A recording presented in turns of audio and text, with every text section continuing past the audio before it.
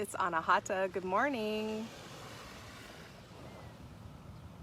Super beautiful, very bright here on the beach today, so I'm going to just turn my camera the other way around for you. Wanted to just explain something that has been very powerful for me in the last few months since having the visual zoom in, zoom out for over a year now with my fractal information system. I have begun to coordinate what I call Mega-Morphosis journeys. So I'm doing this with a group of people around the world, and you're invited. We are going to begin next Monday. And essentially what it is joining with others who are experiencing the ascension in similar ways, meaning they are becoming more and more aware of our powers to manifest and the way that the universe is set up for us to do so.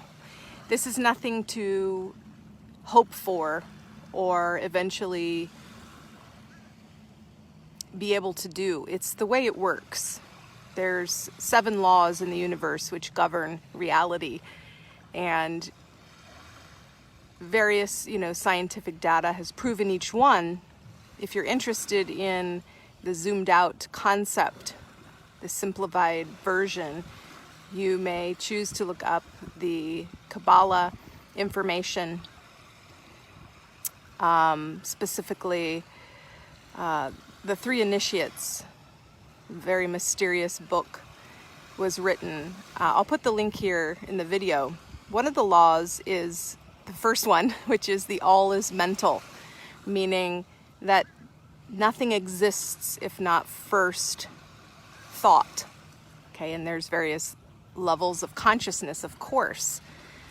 But if you zoom out of your body, past your identity, which is your subconscious, who you think you are when you look in the mirror, you realize very quickly that you are superconscious and you're just experiencing reality through, your body, your sensory data, seeing, touching, smelling, feeling, hearing. And really, that's very illusional because while beautiful, it is just 0.01% of what is actually occurring. And so this energy and information manifests by way of the mental plane. The all is mental. And so whatever we think becomes, and whatever we focus those trains of thought on also become. And so to master your life, you need only decide what you want to choose by way of what you're focused on. Now, that seems fairly simple, and this is where a lot of people say, oh, the law of attraction isn't real because I would never want this. I never would say yes to what I have if in times of trouble. And that's where they're just simply ignoring the fact that there is no in the universe. There's only focus. So focus is focus. If you're focused on an issue, you are saying yes to it. If you're focused on your fears, you are saying yes to it by way of making those paths vibrationally active and choosing them. Now, you can also do so subconsciously through thought patterns that have already been set up and running. This is inherited information, data, this is epigenetics, this is past lives, this is karma veins, all sorts of patterns that are self-limiting defaults that have been set up as a template that may be running on the background that you may not even be aware of. So it does get complicated in terms of rewriting your subconscious patterns. However, your consciousness is key. That can shift alone. That can shed the light of choice into new patterns just through the awareness that they exist. And so you have three brains. You have the you that's running on default, your subconscious. You have the you that's conscious, which scientists say about 10% consciousness is all we have in these bodies. And then there's the you that is all things, which is superconscious. And guys, I'm not the only one who's ever talked about this. Many people. I loved Dr. Joe Dispenza because he's spent millions of dollars quantifying scientifically through various machines that can measure the power of your brainwave and what happens when you are in superconscious states of being, including but not limited to spontaneous healing, regeneration, immediate quantum healing of, eyesight, morbid conditions, right, that just simply disappear when you get back online, when you get beyond yourself. And so I have really enjoyed remembering how to become super conscious. I have not read Dr. Joe's book. I do have it. I've heard several meditations and things where I get the concept pretty instantaneously, as can you. But what has come through from my own meditation and going super conscious, zooming out, I had a profound experience over a year ago when I started hosting the Code Quests, because I wanted to experience the transformation, the journey as well with my students. So I would channel the journey and then record it so that when I host it, we can do it together live. And so I went into a deep meditative state where I was shown through that one journey specifically. There are 22 code quests. And the journey was to zoom out into a crop circle and be shown by your higher self what it was you were meant to see. Well, I saw a dot with 6 spokes, and on each spoke there was another dot, and on each end of those it was another dot. And again, this is over a year ago now, and it was what would turn into 6 fractal 6. And I'm going to explain what that is because it's key to the information that I have remembered now and that I am teaching. And quite simply that we live in a fractal. So zooming in, there's more pattern and more pattern and more pattern. If you have never looked up the fascinating world of fractals, do so, because it's absolutely extraordinary. When you zoom into anything, there's more and more and more. And it's the same way with brain patterns. When we zoom into things, we find more and more and more. And we mold and we mold and we mold. And we are very much in a fractal world. You can zoom in and zoom in and zoom in, but you can also zoom out. And then, you see the patterns as above, so below. And so we are all things at a zoomed out level. We have access to all things. We are simply experiencing in the form of time, our bodies in these personas in this lifetime. But all is now. All is all, and you have a choice as a sovereign being what to focus on, how to mold the world you live in, not through force, but through allowance and focus, and through your beautiful gift and gaze of consciousness. And on a molecular level, they've proven if you merely enlighten something and or focus on it, you collapse the wave function, you turn those wave particles into being, out of potential into is. And so not to get too scientific or quantum on you, let's zoom out and understand then that we can, as humans, and do, whether we realize it or not, through our electromagnetic energy field, which is a combination of our brain waves, electric, and our heart, magnetic, orchestrate our experiences. And so while everyone's weaving their own storylines, it all comes down to identity.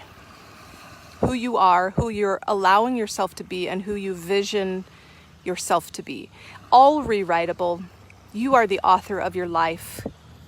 And people who are in power know this, and they know that they can subliminally, suggest certain things that you then oblige by through programmed approach.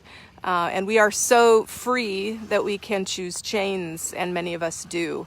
I have to do this. This is the way life is. These limiting beliefs, these parameters that fire and wire together and become your personal reality. This is where we get into the strings of the law of attraction, and they run deep across vast amounts of vibration.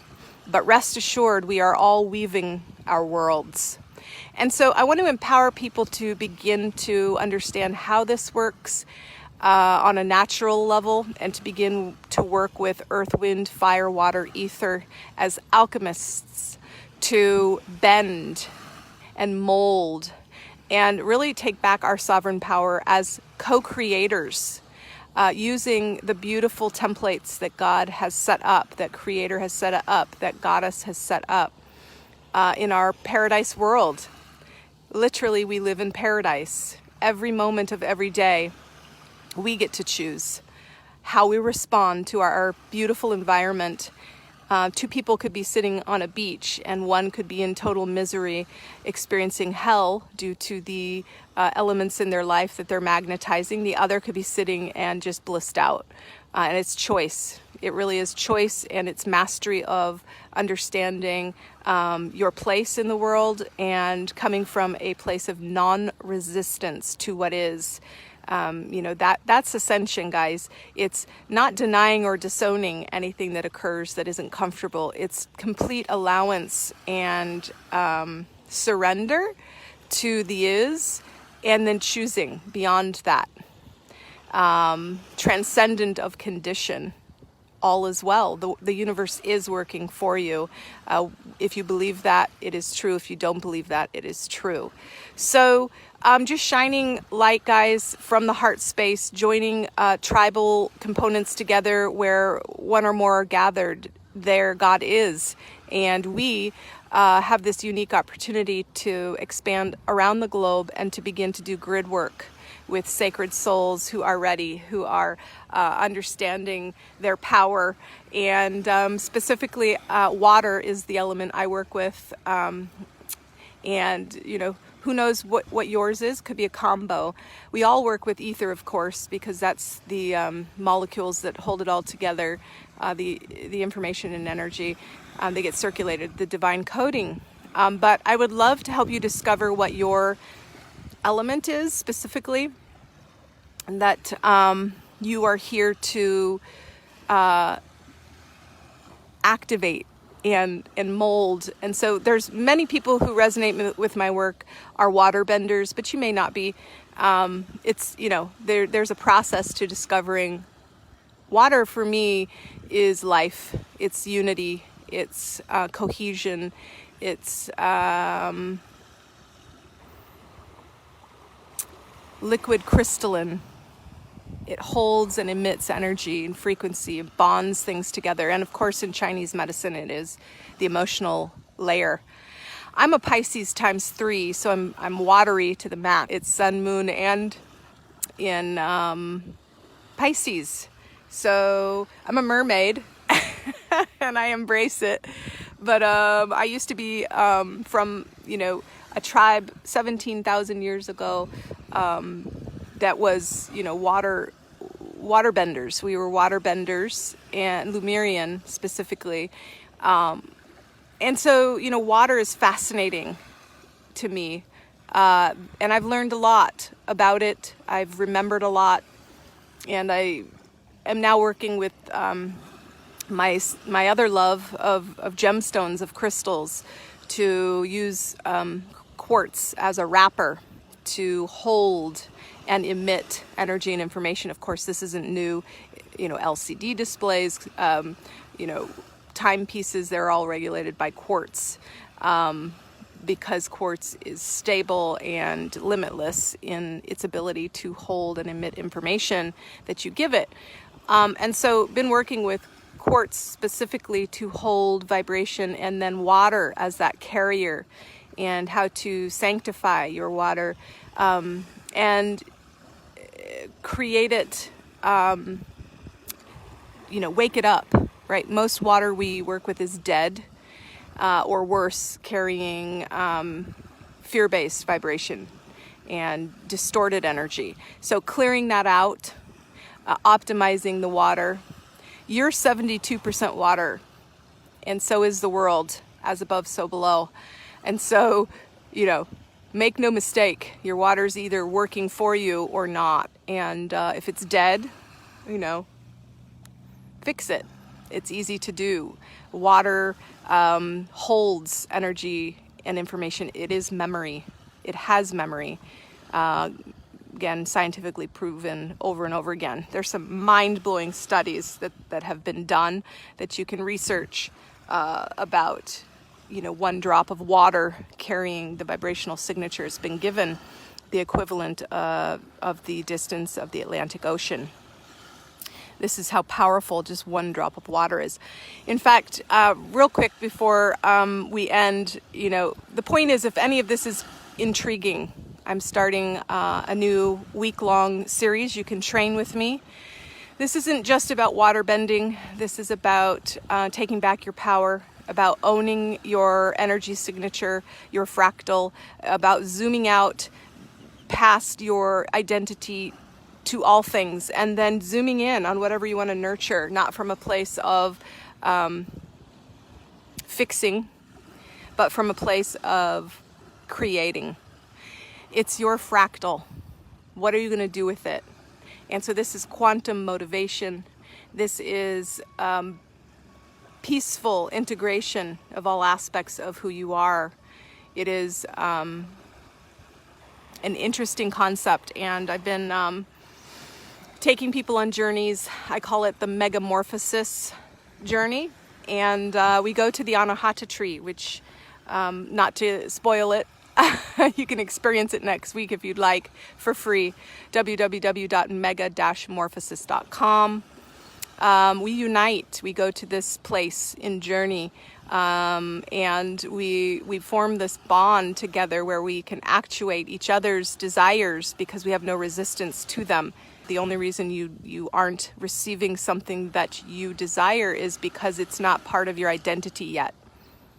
You're not identifying with it, and so it's not your reality. And so there's this gap between where you are and where you want to be, and it's structural, and it may feel hopeless or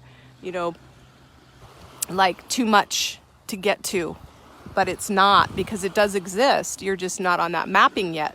And so what do you do about it? You zoom out. You zoom out to all things, and when you zoom out and then identify without resistance, it is.